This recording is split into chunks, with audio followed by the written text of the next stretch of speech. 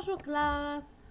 Today we are continuing our lesson 1 notes. So still unit 1, lesson 1, just moving on to the next vocab section.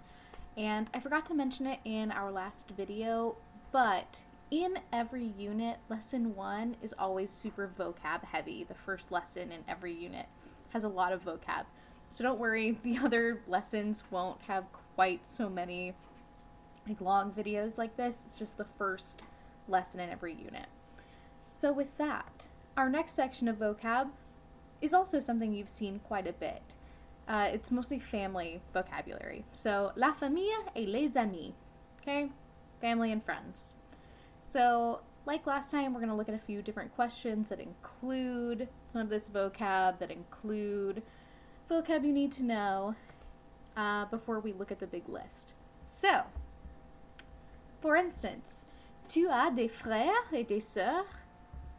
Okay, do you have brothers and sisters? Alright, so one possible answer to this is non, je suis enfant unique. And so un enfant unique or une enfant unique is maybe new for you. I'm not sure if you had that in French one. It means only child. So if you don't have any brothers or sisters, your answer to the question tu as des frères et des sœurs would be non, je suis enfant unique. Okay? And make sure you note here there's no un or une. Just je suis enfant unique. That's all you need. And then if you are using it in a context where you need an article, it's un or une depending on the gender of the person you're talking about. And then of course another possible answer, other answers to this, tu as des frères et des sœurs would be oui, j'ai un frère, or j'ai une sœur, or j'ai un frère et deux sœurs. That is obviously an answer. So j'ai, I have, and then follow it up with how many of each type of sibling you have. Then, comment s'appelle-t-il? Or comment s'appelle-t-elle? So you remember, comment t'appelles-tu? So comment s'appelle-t-il or elle is what is his name or what is her name? Okay, and the answer to this is il s'appelle Philippe, whatever. Elle s'appelle Natalie, whatever. Okay, so similar to je m'appelle, this is il s'appelle, elle s'appelle. Then we've got est-ce qu'il est plus jeune que toi? Or est-ce qu'elle est plus jeune que toi? Okay, is he or she younger than you? So plus jeune means younger. These are pulled out over here because these are the new vocab words for you from this section. So these you should be writing down in your notes and defining. So plus jeune means younger. Est-ce qu'il est plus jeune que toi? Ou est-ce qu'elle est plus jeune que toi? Okay? And then so you could either say oui, or if the answer is no, you could say non, il est plus âgé.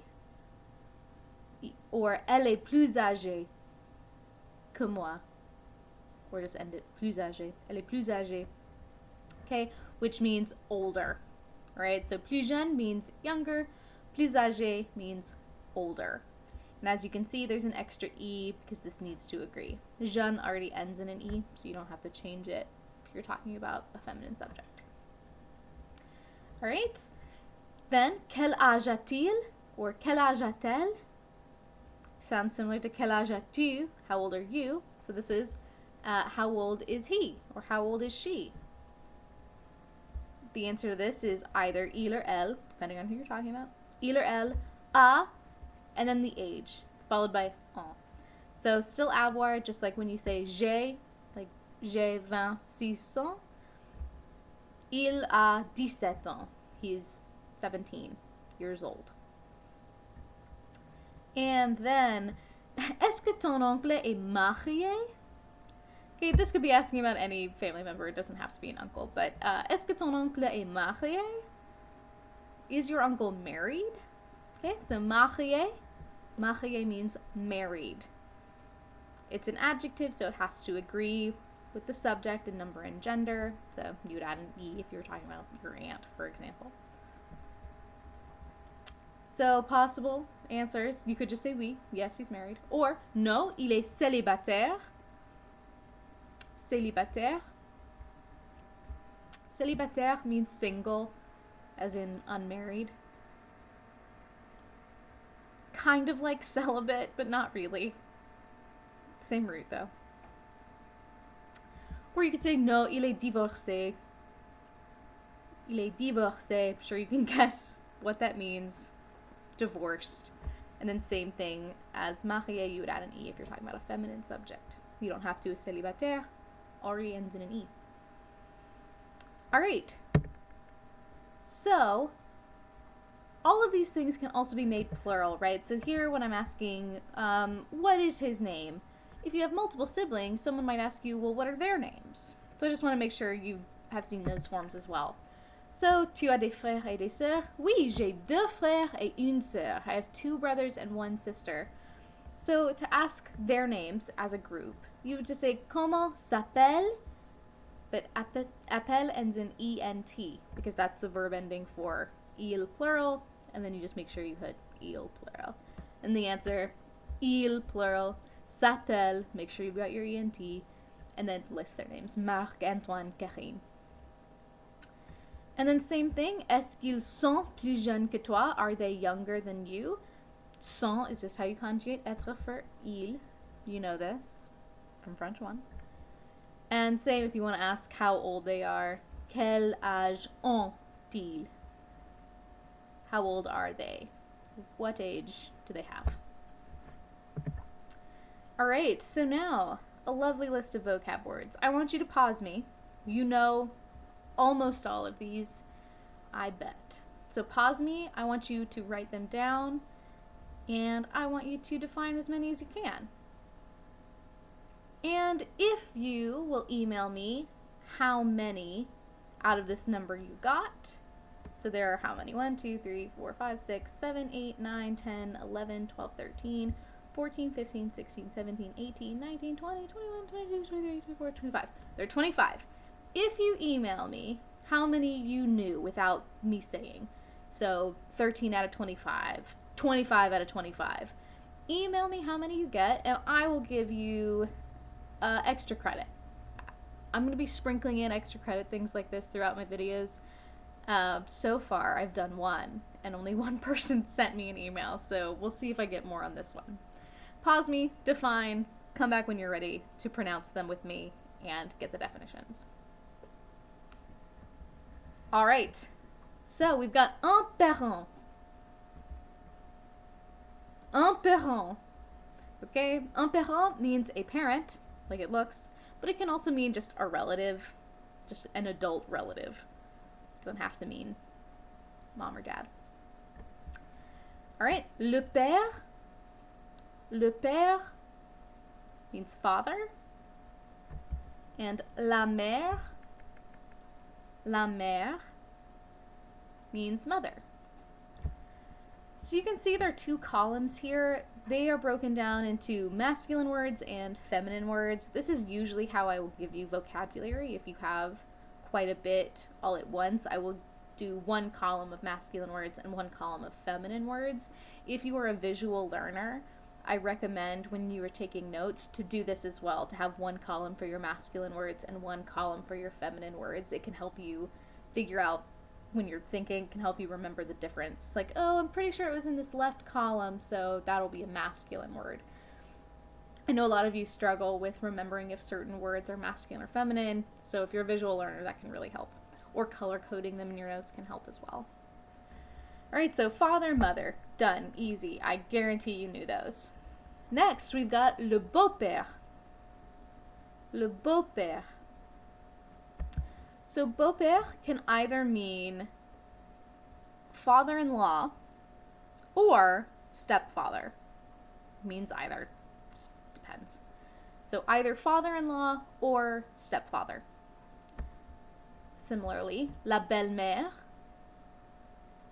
La belle-mère means either stepmother or mother-in-law. Alright, le mari. Le mari means husband. the husband. And la femme means wife. Maybe you guessed. Le grand-père is grandfather. La grand-mère is grandmother. L'oncle means uncle. And la tante means aunt or aunt, if you're fancy. Alright, so these are adults. These are adult relatives. And these down here are younger relatives usually. So, un enfant means a child. Un enfant also means a child, but it's feminine. Alright, so we've got le frère, which means brother. Then la sœur, which means sister. Le demi-frère,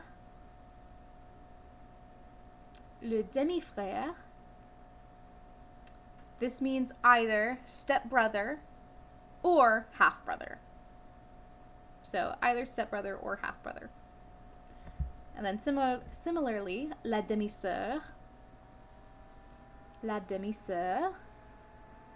means either stepsister or half-sister.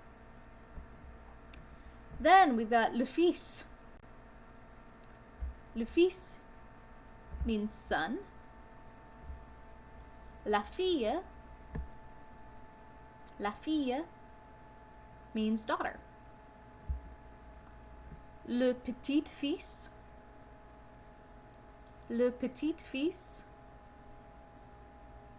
means grandson. La petite fille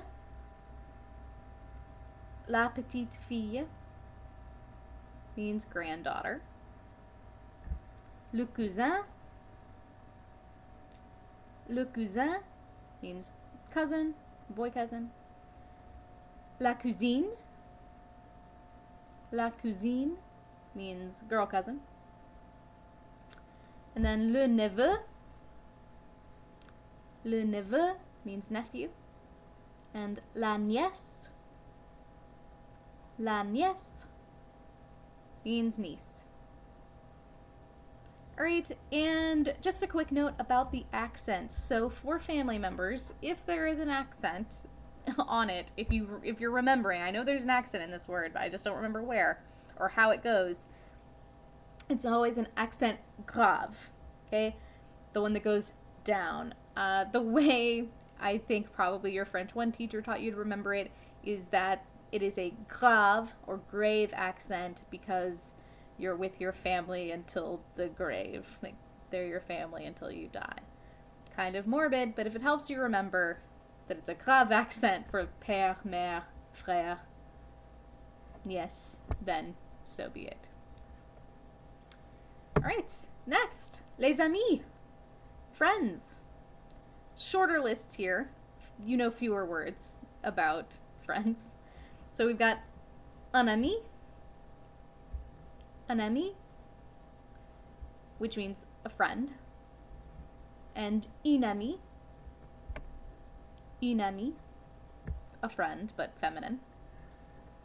And then same thing like last time, these are masculine, these are feminine, these are unrelated. So masculine, feminine. Okay, so le meilleur ami is best friend.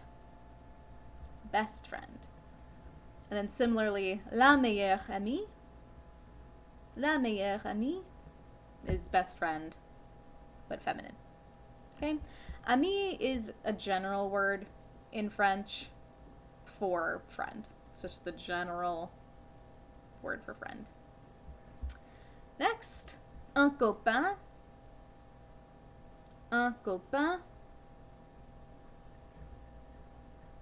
Also means friend. However, In like modern French, copain usually means boyfriend. It's like a significant other, a boyfriend. Une copine. Une copine also means a friend, but just like copain usually means boyfriend, une copine usually means girlfriend, like a romantic person in your life, not just a friend. But if you say le meilleur copain, that just means best friend. La meilleure copine, best friend. Unless you just have multiple boyfriends or girlfriends and you like one of them better. I suppose it could technically mean that. Okay, then we've got un camarade. Un camarade. This is like a colleague, or this is what I would say to mean classmate. Un camarade de classe, your classmate. Someone who, you know, you're maybe not friends, you're acquainted with them. People I work with, my colleagues, they would be camarade to me. Or une camarade. Une camarade, same thing. Colleague, classmate. Un voisin. Un voisin. Or une voisine. Une voisine. These both mean neighbor. Neighbor. I'm not friends with my neighbor, but I suppose they don't fit anywhere else between. They're certainly not my family, so here they are on the friends slide. Then we've got les personnes. So just two random words that don't fit in the column. So les personnes, these are just general words. So une personne means exactly what it looks like. It means a person. However, this word is always feminine. You should make a note beside it. Always feminine. No matter if you're talking about a man, the word person, une personne, always feminine. And then les gens. Les gens. This means people. Les gens means people. And it is always plural. And you should write that beside. Always plural. Alright, and that is it for this section of notes. We've got maybe one or two more sections for lesson 1, like little videos like this. But that is it for now. I hope you enjoyed this new location, aka the floor of my apartment in front of my bookshelf. I will see you soon. Probably you will see me soon regardless. And until then, a bientôt.